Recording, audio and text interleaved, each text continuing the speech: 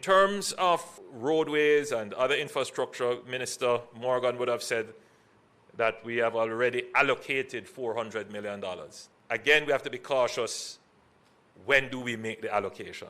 And when do we commit the public expenditure?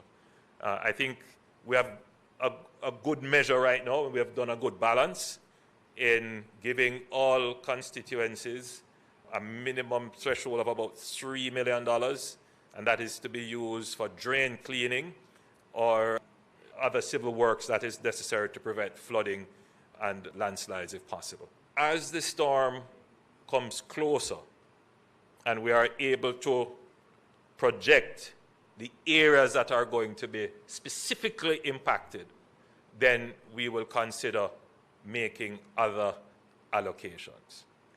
Now, I want here to say that the government does not have an unlimited source of revenues to respond to this event. But in the last 10 years, Jamaica can say that it has achieved a certain level of fiscal resilience, meaning we are able to respond to disasters, particularly without necessarily borrowing.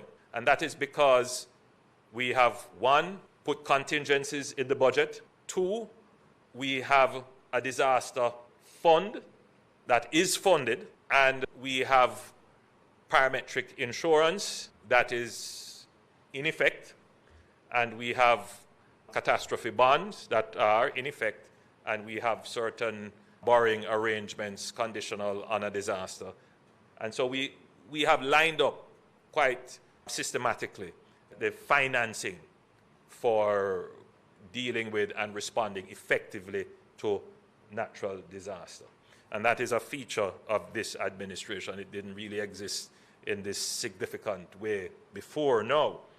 And we intend that this will continue, which is why I started at the point that it is important that we manage the disaster such that it is not of a greater impact on our economy because of any lack of management of the disaster. And that is what your administration is doing. Yes, it will have an impact, but we're going to use management to minimize the impact so that we can continue to grow.